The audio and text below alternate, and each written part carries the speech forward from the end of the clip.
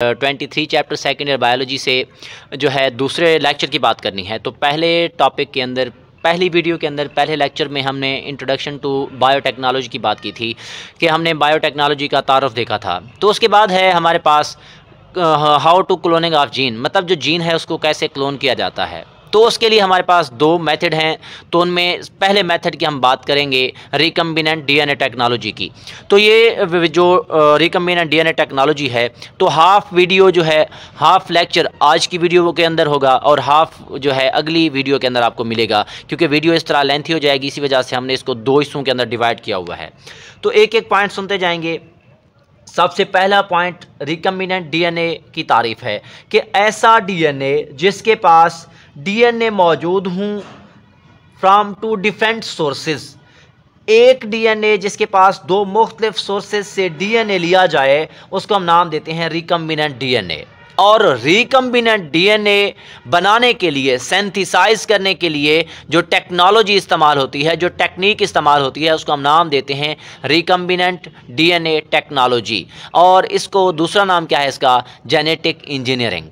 अब ये जो हमारे पास रिकम्बिनेंट डीएनए टेक्नोलॉजी है, इसको परफॉर्म करने के लिए, जेनेटिक इंजीनियरिंग करने के लिए हमें कौन कौन सी चीज़ें चाहिए, कौन कौन सी रिक्वायरमेंट है, वो हमने देखनी है। तो शॉर्ट क्वेश्चन में भी आ सकता है। चार चीज़ें लाजमी तौर पर दरकार होती हैं, ज़रूरत होती हैं। पहली चीज़ है जीन ऑफ इंटरेस्ट।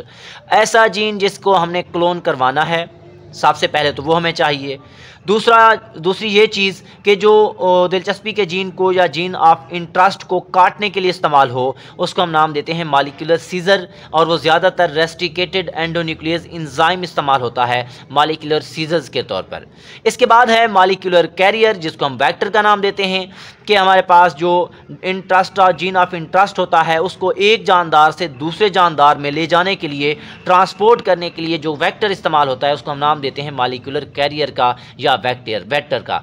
अब इसके बाद हमारे पास ये सारी चीज़ें जब आ जाती हैं तो हमें एक ऐसा सिस्टम चाहिए, एक ऐसी चीज़ चाहिए, एक ऐसी जगह चाहिए जहाँ पे हम प्रोडक्ट को बनवा सकें, जहाँ पे हम क्लोन बनवा सकें। तो वो जो सिस्टम है उसको हम नाम देते हैं एक्सप्रेशन सिस्टम। अब सबसे पहले हम बात करते हैं जीन ऑफ इंटरेस्ट की। जो हमारे पास इंटरेस्ट ऑफ जीन है उसको कैसे जो है गेट किया जाए, कैसे हासिल किया जाए। तो इसको हासिल करने के तीन डिफरेंट स्टेप हैं। पहला है isolation of gene from chromosome, दूसरा है केमिकल सिंथेसिस ऑफ जीन, और तीसरा है synthesis of gene from messenger RNA. तो एक एक करके हम बात करते जाएंगे। बिल्कुल बहुत ही आसान सा टॉपिक है। आप देखें कि क्रोमोसोम्स को कट किया जाता है। क्रोमोसोम के ऊपर जो जीन होते हैं उनको किनारों से स्पेशल साइट पर कट किया जाता है, और कट करने के लिए, काटने के लिए कैंची के तौर पर जो चीज़ इस्तेमाल होती है उसका नाम है रेस्ट्रिकेशन एंडोन्यूक्लियस एंजाइम। ये हमारे पास पहला तरीकाकार है कि हम जो है क्रोमोसोम से जीन को कैसे आइसोलेट करते हैं, अलहदा करते हैं। तो मैंने क्या बताया, रेस्ट्रिकेशन एंडोन्यूक्लियस एंजाइम इस्तेमाल करके जो है हम क्रोमोसोम से दिलचस्पी के जीन को कट करते हैं, फिर उनको हम आइसोलेट कर देते हैं। दूसरी चीज़ है, अगर स्मॉल अमाउंट के अंदर स्मॉल जीन को हमने सिंथेसाइज करना है तो लेबॉरेटरी के अंदर हम केमिकल्स की मदद से उसको सिंथेसाइज करते हैं, और उसके बाद जो है मैसेंजर आरएनए की मदद से, जो है रिवर्स ट्रांसक्रिप्टेज एंजाइम की मदद से हम क्या करते हैं, लेबॉरेटरी के अंदर मैसेंजर आरएनए से डीएनए को बनवाते हैं। तो आप देखें हमारे पास मैसेंजर आरएनए था, इसको हमने रिवर्स ट्रांसक्रिप्टेज की मदद से जो है हमने क्या बनवा दिया, इससे डीएनए बनवा दिया, जिसको हम cDNA कहते हैं, मतलब कंप्लीमेंट्री डीएनए। तो हम कंप्लीमेंट्री डीएनए को मैसेंजर आरएनए से जो है रिवर्स ट्रांसक्रिप्टेज एंजाइम की मदद से क्या करते हैं, इसको हम तैयार करवाते हैं, सिंथेसाइज करवाते हैं। तो इसके बाद हम बात करें कि हमारे पास जो मॉलिक्यूलर सीजर था जो कट करने के लिए इस्तेमाल होता है, तो ये जो मॉलिक्यूलर सीजर है इसको हम क्या नाम देते हैं, रेस्ट्रिकेशन एंडोन्यूक्लियस एंजाइम। और ये क्या करता है, जीन ऑफ इंटरेस्ट को स्पेसिफिक साइट पर कट करता है। ये ज़्यादातर बैक्टीरिया के अंदर मौजूद होता है, लाजमी जहन में रखेंगे। अब बैक्टीरिया के अंदर मौजूद है, करता क्या है कि जो वायरस बैक्टीरिया पर जो है असरअंदाज होने के लिए आते हैं, उसको मारने के लिए मतलब आते हैं वायरसेस, ये बैक्टीरिया के अंदर जो मॉलिक्यूलर सीजर मौजूद है ये क्या करता है, वायरस के अंदर जो उसका डीएनए होता है उसको मतलब कट कर देता है, काट देता है। अब ये देखते हैं कि हमारे पास ये जो मॉलिक्यूलर सीजर था उसने वेक्टर के डीएनए को काटना है। तो कैसे काटता है आप जहन में रखेंगे कि जो वायरस का डीएनए होता है, डीएनए के अंदर जो फास्फोडाइएस्टर बांड होता है, फास्फोडाइएस्टर बांड को ये जो मॉलिक्यूलर सीजर था वो काट देता है, जिसकी वजह से वायरस का डीएनए कट जाता है और वायरस मर जाते हैं।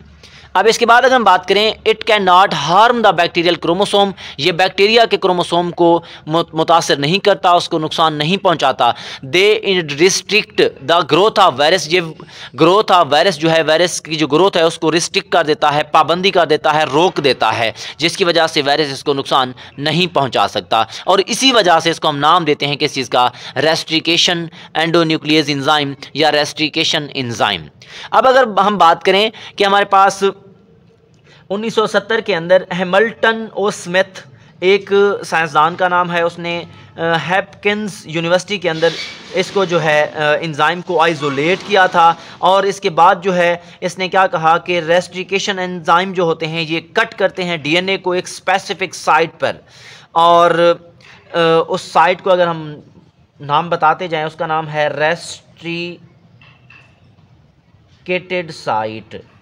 रेस्ट्रिकेटेड साइट के रेस्ट्रिकेटेड साइट पर क्या करते हैं, ये रेस्ट्रिकेशन एंजाइम जो है डीएनए को काटते हैं स्पेसिफिक जगह पर। अब अगर उसकी रेस्ट्रिकेटेड साइट की बात की जाए तो इसको हम मतलब इसकी पहचान क्या है, this site have specific sequence, इस साइट के पास मखसूस तरतीब के साथ 4 और 6 मतलब 4 या 6 न्यूक्लियोटाइड्स मौजूद होते हैं। ये जो न्यूक्लियोटाइड्स हैं वो अरेंज होते हैं इन रिवर्स ऑर्डर। एक रिवर्स ऑर्डर में जो है ये क्या किए जाते हैं, ये जो न्यूक्लियोटाइड्स हैं वो अरेंज होते हैं, तरतीब पाते हैं। इस सीक्वेंस को जिसके अंदर वो रिवर्स ऑर्डर में अरेंज्ड हैं, उस सीक्वेंस को हम नाम देते हैं किस चीज़ का, पैलिंड्रोमिक सीक्वेंस। क्या नाम देते हैं, पैलिंड्रोमिक सीक्वेंस। और अगर हम बात करें कि हमारे पास जो नियरली मोर देन 400 इन सच इंजाइम, इस तरह के 400 इंजाइम जो है उनको हमने आइसोलेट किया हुआ है। लेकिन जो है इन 400 में से 20 टाइप्स ऑफ इंजाइम जो हैं, सिर्फ 20 इंजाइम भी क्या करते हैं, रिकम्बिनेंट डीएनए टेक्नोलॉजी के अंदर इस्तेमाल होते हैं। तो यहाँ पे आप लोग अगर इसको समझने की कोशिश करें कि हमारे पास ये जो है 5 प्राइम एंड है, ये जो है 3 प्राइम एंड है, ये 3 प्राइम एंड है, ये 5 प्राइम एंड है, ये डीएनए का एक सीक्वेंस स्ट्रैंड है, ये दूसरा स्ट्रैंड है। तो क्या होता है कि इस साइट पर जो है ये एंजाइम जो है कट करता है, दूसरा इस साइट पर कट करता है, जिसकी वजह से ये वाली जगह जो है अलहदा हो जाती है और ये वाली जगह अलहदा हो जाती है। यहाँ पर भी गैप बनता है, यहाँ पर भी गैप बनता है, उसके बाद इस गैप को फिल किया जाता है। इसकी बात मैं आगे जाकर मज़ीद वजाहत कर देता हूँ, एक और मिसाल लेकर, वहाँ पे आपको अच्छे से समझ आ जाएगी। तो ये जो सीक्वेंस है इसको हम नाम देते हैं पैलिंड्रोमिक सीक्वेंस। अगर हम इसकी कोई एक एग्जांपल लें तो हमारे पास देख सकते हैं आप, एक एंजाइम है ECORI, क्योंकि इसको सबसे पहले एस्कर्शिया कोलाई से, ई कोलाई से लिया गया, आइसोलेट किया गया, तो इसी वजह से ओरिजिन के लिहाज से हमने इसको नाम दिया हुआ है ECOR1।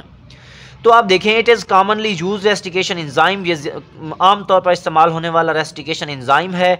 ये क्या करता है, डीएनए के डबल स्ट्रैंड को एक स्पेसिफिक सीक्वेंस वाली जगह पर कट करता है, काट देता है। उस साइट को हमने क्या नाम दिया हुआ था, रेस्ट्रिकेटेड साइट का।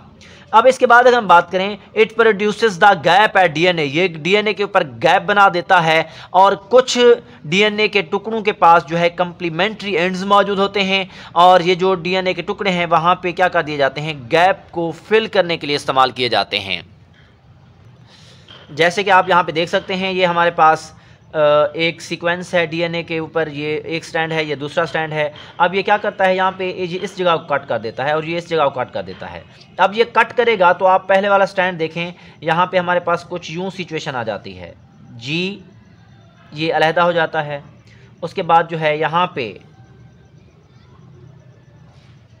CTAG, आप देख सकते हैं यहाँ पे गैप बन गया। इसी तरह ये वाली जगह जो होगी, सॉरी यहाँ पे जी जब कट होगा तो यहाँ पे आपके पास, अगर हम निचले की बात करें तो हमारे पास क्या बनेगा, यहाँ पे जी, ये वाली यहाँ पे गैप बन गया क्योंकि ये वाली से कट गए, तो ऊपर क्या है, CTAA।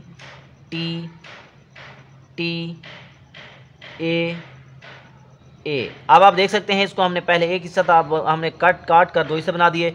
ये वाला पॉइंट, पहले जब ये वाली साइड कटी तो आपके सामने ये चीज़ मौजूद है, उसके बाद ये पूरे का पूरा मौजूद है। यहाँ पे ये वाली जगह जो है, यहाँ पे गैप बन जाता है, इसी तरह यहाँ पर भी गैप बन जाता है। इसी गैप को फिर फिल अप कर दिया जाता है। अब ये वाली अगर हम इसके अलावा अगर हम बात करें कि single standard DNA of 2 DNA molecules, दो डीएनए मॉलिक्यूल्स का जो सिंगल स्टैंडर्ड डीएनए होगा विद कंप्लीमेंट्री एंड्स, उसके पास क्या होती हैं, कंप्लीमेंट्री एंड्स मौजूद होती हैं, जिनको हम नाम देते हैं किस चीज़ का, स्टिकी एंड्स का। अब 2 DNA molecules can bind by complementary base pairing, यहाँ पर भी अटैच हो सकता है, यहाँ पर भी अटैच हो सकता है। तो इसके बाद अगर देखा जाए restriction enzyme helps the insertion of foreign DNA. अब ये जो जगह बच गई है, यहाँ पर भी जगह बच गई है, बाहर से कोई भी डीएनए को हम ला कर आएंगे तो वो इन्हीं गैप के ऊपर क्या हो जाता है, अटैच हो जाता है, और इन जगहों को हम नाम देते हैं किस चीज़ का, स्टिकी एंड्स का। तो ये हमारे पास जो है आसान और सिंपल सा टॉपिक है, आप लोग एज इट ऐसे ही याद करेंगे, इंशाल्लाह आप लोगों के नंबर नहीं कटेंगे। ओके बेटा, अल्लाह हाफिज़।